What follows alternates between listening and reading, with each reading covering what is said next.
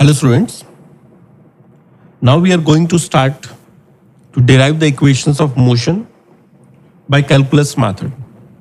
Calculus means by the use of differentiation and integration, we are here to derive equations of motion. So first of all हम बात करते हैं यहाँ पे acceleration की. तो acceleration की अगर हम बात करें तो यहाँ पे इंटीग्रेशन और डिफरेंशिएशन के फॉर्मूले में चलना है. तो फर्स्ट ऑफ ऑल सिंपली कहानी कही जाए कि एक्सेलरेशन की वैल्यू को हम कैसे कैलकुलेट करते हैं, तो हम कहते हैं हम वेलोसिटी के डिफरेंशिएशन से एक्सेलरेशन को कैलकुलेट करते हैं. तो इसका मतलब एक्सेलरेशन इज इक्वल्स टू हो गया हमारे पास dv/dt. ऐसा कहते हैं कि हमारे पास किसी बॉडी को हमने इस डायरेक्शन में ऐसे मूवमेंट कराना है और इसकी इक्वेशन ऐसे t = 0 से स्टार्ट करके किसी t टाइम पे पता करना है कि इसकी इनिशियल वेलोसिटी अगर u कही जाए तो फाइनल वेलोसिटी v कितनी आएगी. और इसके अंदर हमने यूज़ करना है हमारे पास कैलकुलस मेथड. तो हमें कहते हैं कि हमने अगर वेलोसिटी कैलकुलेट करनी है तो एक काम करिए, वेलोसिटी वाले पार्ट को यहाँ पे शिफ्ट कर दें और एक्सेलरेशन के पार्ट को एक बार यहाँ पे शिफ्ट कर दें. तो ये हमने यहाँ पे जो लिखा है वो है dv = adt. तो dv = adt के अंदर हम लोग जो भी इक्वेशंस ऑफ मोशन अभी कैलकुलेट कर रहे हैं that is for the uniform accelerated motion. Uniform accelerated motion का मतलब होता है कि हमारे पास एक्सेलरेशन की वैल्यू जो है वो कांस्टेंट ली जा रही है. तो यूनिफॉर्म एक्सेलरेटेड मोशन में चल रहे हैं हम, जहाँ पे एक्सेलरेशन जो है वो कांस्टेंट है. तो हम जब भी एक इंटीग्रेशन की बात करेंगे तो हम ध्यान रखेंगे कि हमारे पास जो एक्सेलरेशन है वो कांस्टेंट है. अब हम कहते हैं हमने स्टार्ट कहाँ से करना है टाइम, तो हम कहते हैं 0 से स्टार्ट करो.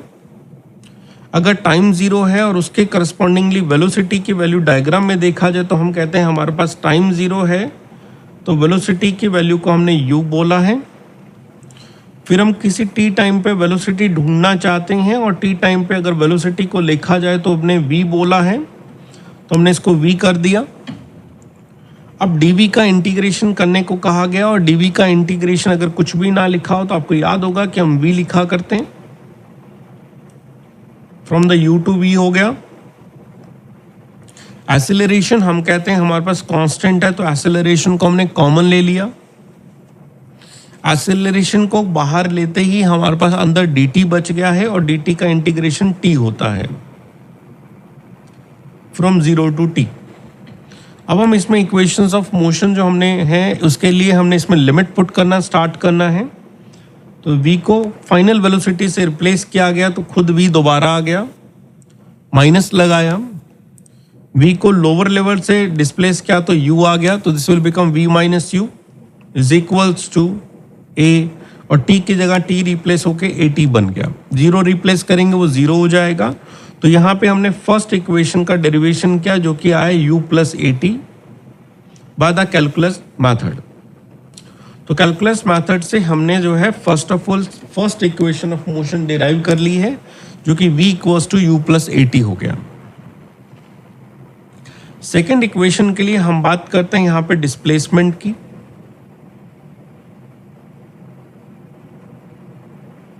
डिस्प्लेसमेंट को जब हम डिफाइन करते हैं तो हम कहते हैं डिस्प्लेसमेंट हमारे पास इंटीग्रेशन ऑफ वेलोसिटी होता है. तो इंटीग्रेशन ऑफ वेलोसिटी को हम डिस्प्लेसमेंट कहते हैं और वेलोसिटी की इक्वेशन हमने ऊपर लिखी है जो कि u + at है. तो हमने v को u + at से रिप्लेस किया और हमने कहा इसको 0 से लेकर t तक इंटीग्रेट करेंगे.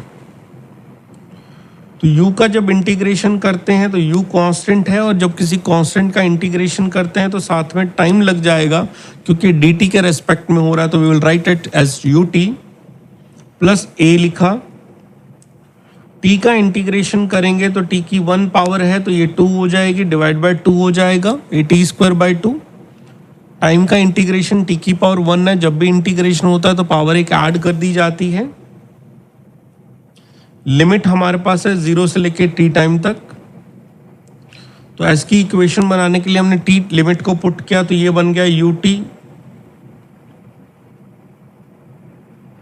Plus half A T square, और इस इक्वेशन में हमें जीरो पुट करने की जरूरत नहीं है क्योंकि जीरो पुट करते वैल्यू जीरो हो जाएगी। तो इक्वेशन ऑफ मोशन हमने सेकंड डिराइव कर ली जो कि आ गई S is equal to U T plus half A T square. तो कैलकुलस मेथड से अभी तक हमने दो इक्वेशंस डिराइव कर ली हैं। एक ही डिराइव कर ली है v equals to U plus A T, और सेकेंड इक्वेशन डिराइव कर लिया S equals to U T plus half A T square. Third equation में जाने के लिए फिर से हम एक्सेलरेशन को कहते हैं। एक्सेलरेशन कैसे पता किया जाता है? तो एक्सेलरेशन पता करने का कैलकुलस मेथड का एक फॉर्मूला था जिसको हमने dv बाई dt लिखा, और एक फॉर्मूला और होता है जिसे हम v dv बाई ds लिख सकते हैं। v dv by ds, v dv by ds में अगर हमने इंटीग्रेशन की हेल्प से d हटाना है तो हमने फर्स्ट ऑफ ऑल वेलोसिटी वाली टर्म्स को अलग करना है। तो हमने v को साथ dv रखा और एक्सेलरेशन के साथ ds रिप्लेस कर दिया।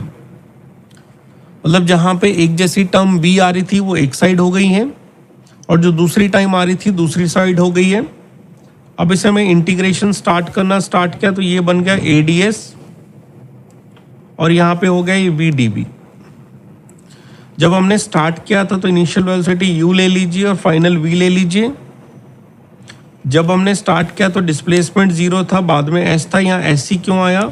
ये ds को देख के लिमिट डिसाइड होती है, तो ds मतलब डिस्प्लेसमेंट की लिमिट रखनी है जो कि जीरो से s हो गई है। एक्सेलरेशन हमारा कांस्टेंट है, सिर्फ ds का इंटीग्रेशन होगा जीरो से s तक जो कि s खुद बन जाएगा बाद में।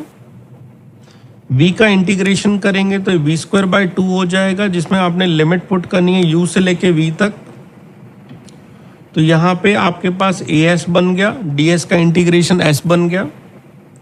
अपर लिमिट लिखी तो v स्क्वायर बाई 2 आ गया, फिर लोअर लिमिट लिखी तो u स्क्वायर बाई 2 आ गया। अब हम कहेंगे इक्वेशन ऑफ मोशन क्या बनी, तो इस v square minus U square को अलग कर देते हैं, v square minus U square को अलग कर देते हैं और जो डिवाइड में 2 है उसको लेफ्ट में शिफ्ट करके लिख देते हैं 2as।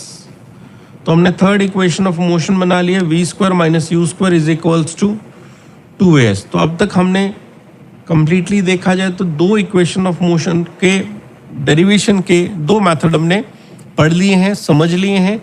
एनसीईआरटी के पेपर में, सीबीएसई के पेपर में आप जो स्कूल के अंदर किसी भी एक मेथड से इक्वेशन ऑफ मोशन को डिराइव कर सकते हैं। तो जो आपको अच्छा लगे उस मेथड को ऑप्ट करें। अभी किस वीडियो में इतना ही। अगर आपको ये वीडियो अच्छी लगी हो तो इसे ज़रूर लाइक करें और आपके बाकी दोस्तों को भी इसे शेयर करें ताकि ये वीडियो ज़्यादा से ज़्यादा लोगों तक पहुँच पाए और वो इस वीडियोज़ के बेनिफिट को ले पाएँ। Thank you so much.